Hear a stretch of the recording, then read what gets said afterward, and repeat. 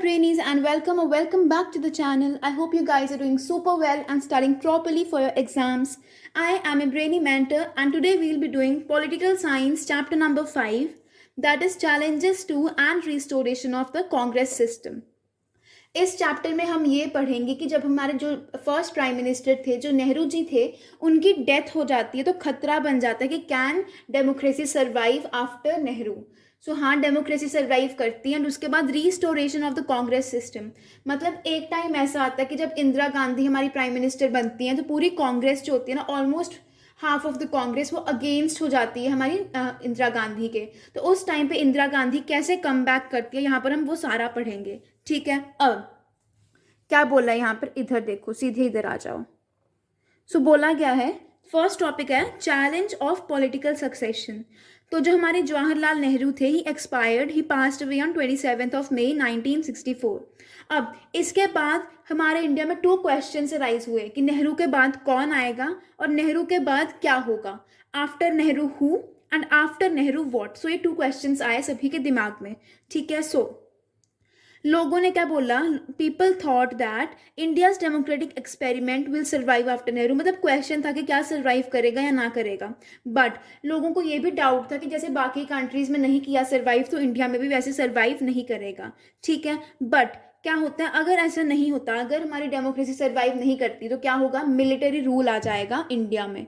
तो लोगों के मन में ये डाउट था, लोगों के मन में ये डर था. ठीक है, और एक और प्रॉब्लम थी कि जो हमारा ये टाइम पीरियड था, जहाँ पर जिस टाइम पीरियड में नेहरू जी की डेथ हुई थी, उस टाइम पर बहुत ज़्यादा प्रॉब्लम्स थी हमारे इंडिया में. क्या प्रॉब्लम्स थी, poverty, inequality, communal and regional divisions etcetera. ठीक है, तो ये सभी प्रॉब्लम्स भी थी उस टाइम पे. तो बहुत डाउट था कि क्या डेमोक्रेसी सर्वाइव कर पाएगी. ठीक है, फिर क्या होता है, फ्रॉम नेहरू टू शास्त्री.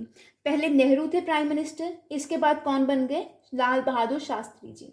तो क्या होता है, जब Nehru passed away, Nehru passed away, K Kamaraj, name याद रखना, K Kamaraj, he was the president of Congress party. इन्होंने क्या किया, इन्होंने सभी लीडर्स से बातचीत की और इनको ये पता चला कि जो लाल बहादुर शास्त्री हैं उनको, उनके लिए मतलब everybody is ready to make him the prime minister. सभी लाल बहादुर शास्त्री के साथ हैं. तो क्या होता है, unanimously chosen as the leader of Congress parliamentary party and thus became the country's next PM.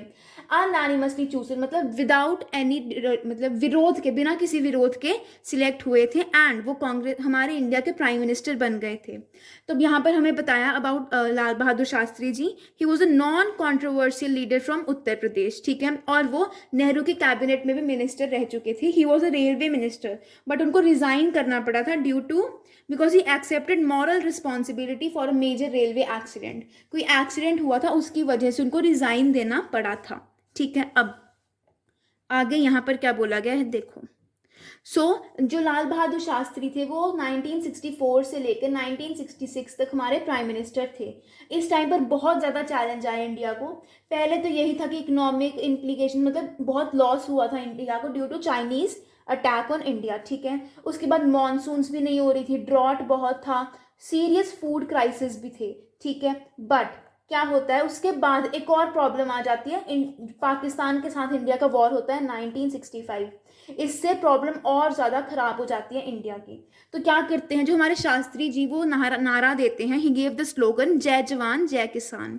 ठीक है, अब क्या होता है, जो शास्त्री जी थे उनकी डेथ हो जाती है ऑन 10th ऑफ जनवरी 1966. ठीक है, कब, कहाँ पर होती है, इन ताशकंद. ताशकंद उस टाइम में था यूएसएसआर में.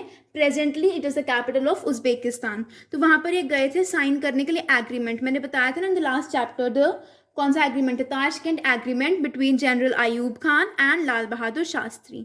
ठीक है, ताकि ये वॉर खत्म हो जाए, उसके लिए एग्रीमेंट साइन करने गए थे.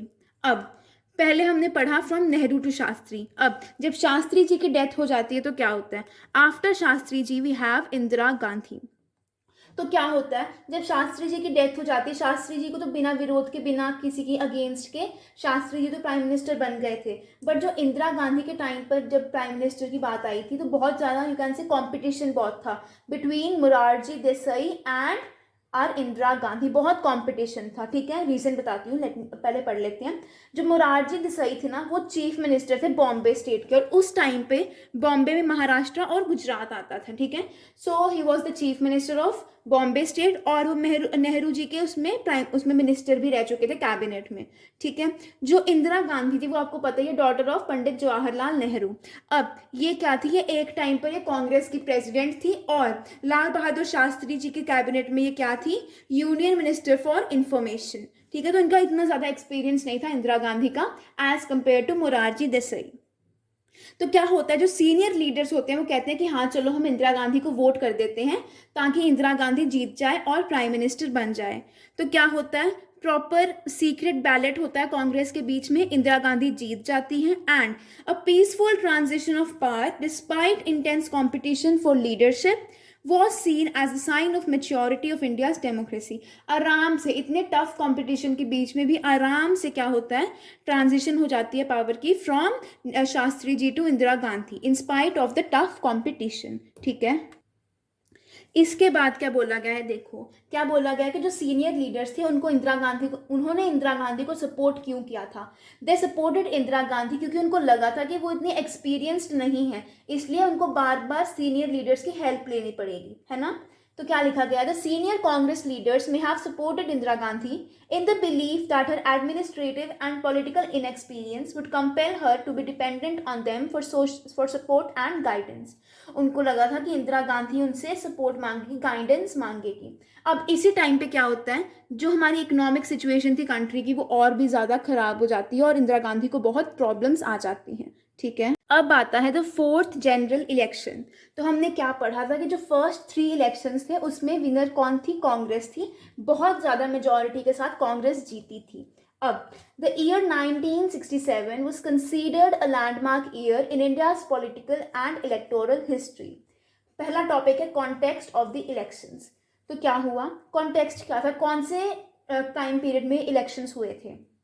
ऐसे टाइम में इलेक्शंस हुए थे जहां पर 2 चेंजेस हुई थी। पहली चेंज हुई थी कि 2 prime ministers had died in quick successions, 2 prime ministers की डेथ हो गई थी विद इन अ ईयर। कौन से prime ministers, Nehru ji and Shastri ji.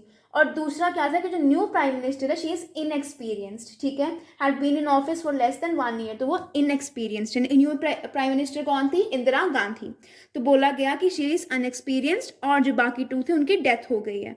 और क्या रीजंस थे, मॉनसून्स भी नहीं थी अच्छी, failure of monsoons, wide spread droughts and many more other reasons, ठीक है।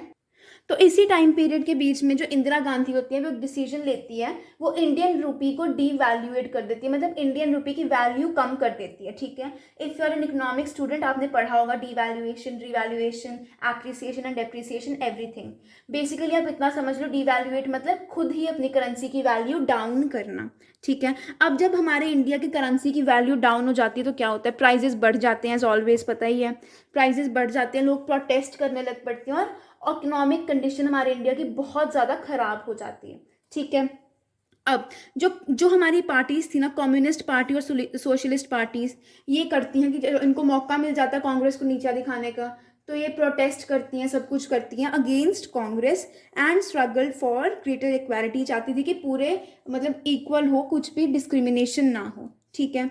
इसके बाद आता है अबाउट नॉन कांग्रेसिज्म। तो ये देखो क्या था, क्या बोला गया है, यहाँ पे बोला गया है कि पार्टीज ने रियलाइज किया कि वो अलग अलग हैं, इसलिए उनके वोट्स क्या है, वो डिवाइड हो ही जा रहे हैं उनके वोट्स, ठीक है। तो क्या हुआ, जो पार्टीज इनकी आइडियोलॉजीज बिल्कुल अलग थी वो भी इकट्ठी हो जाती हैं, and they form anti Congress fronts, मतलब वो कांग्रेस के अगेंस्ट इकट्ठी हो जाती हैं, ठीक है। अब इसी बीच में एक सोशलिस्ट लीडर थे राम मनोहर लोहिया, वेरी इंपॉर्टेंट, उन्होंने इस स्ट्रैटेजी को नाम दिया नॉन कांग्रेसिज्म। ये जो पार्टीज इकट्ठी हो रही थी ना, इसी स्ट्रैटेजी को नाम दे दिया non Congressism.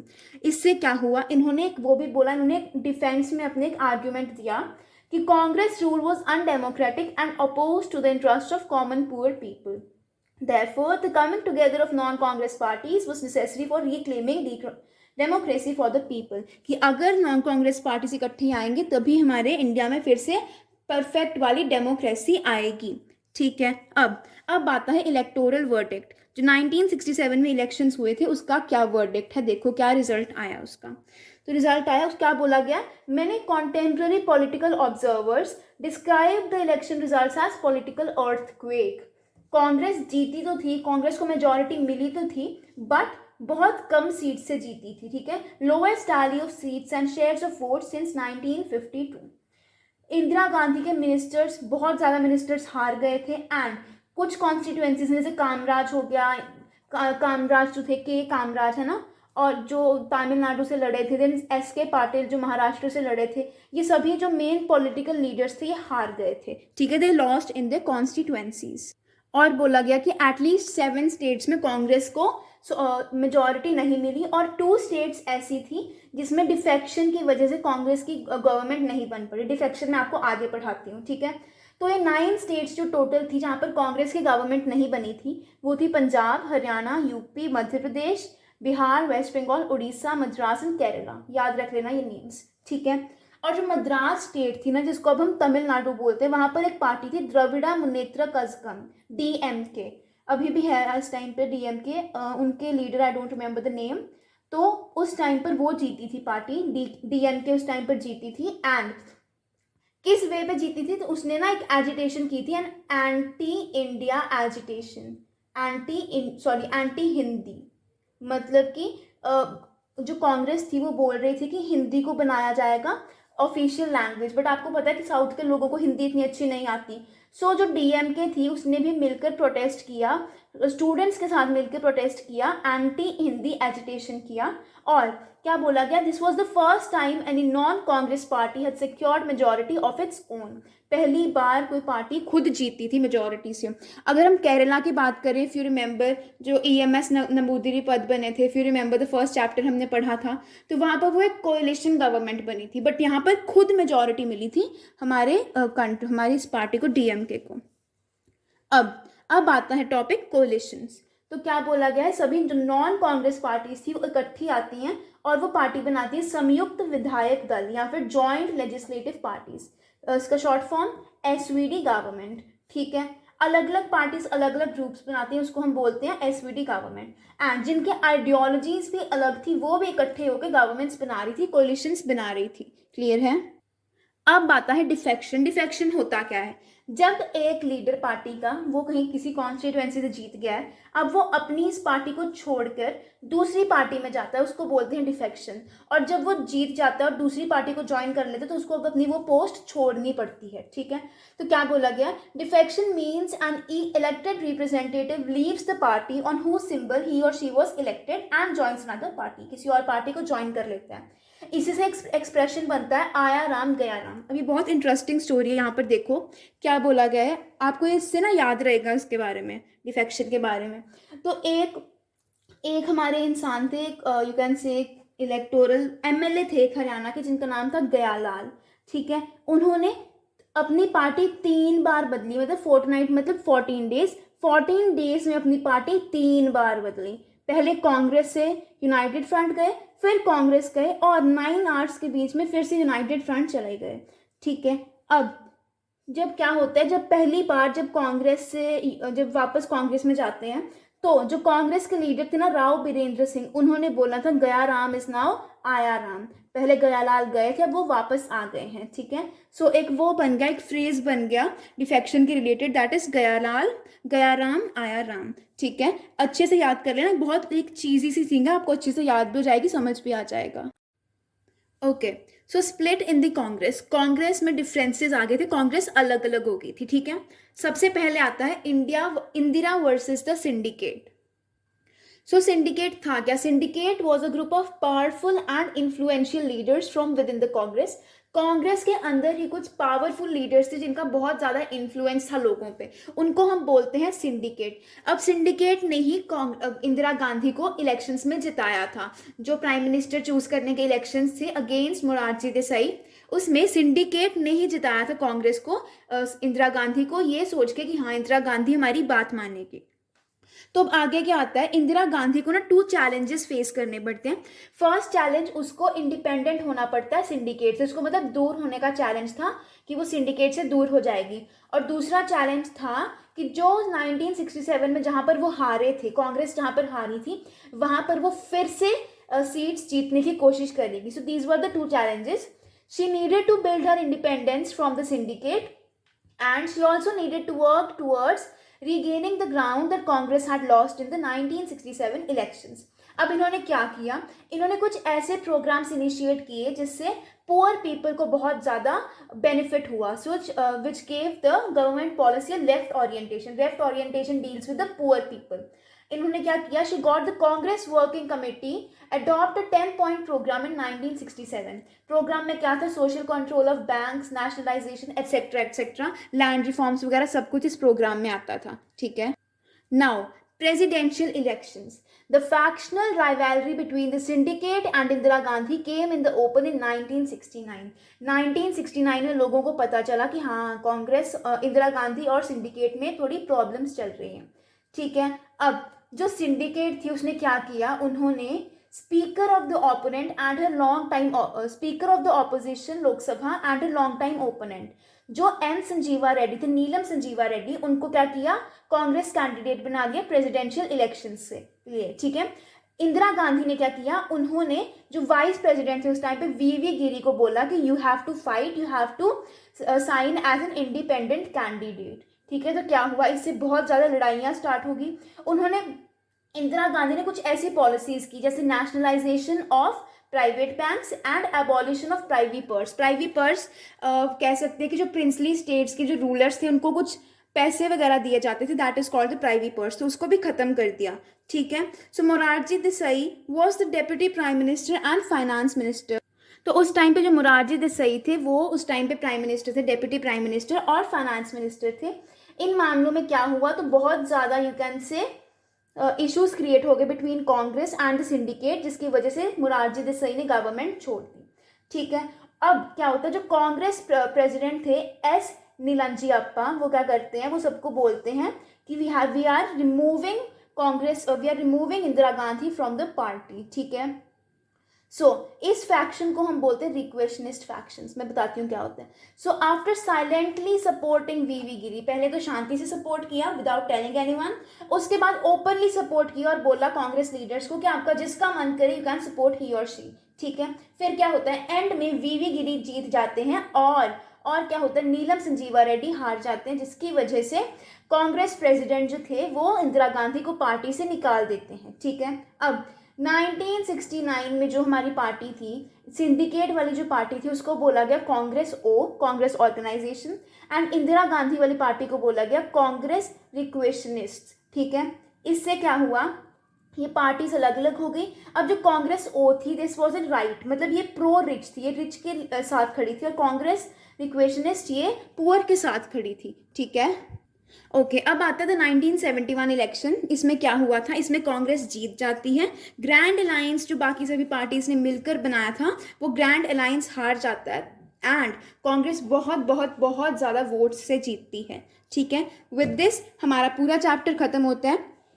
If you like the video don't forget to like, share and subscribe to the channel.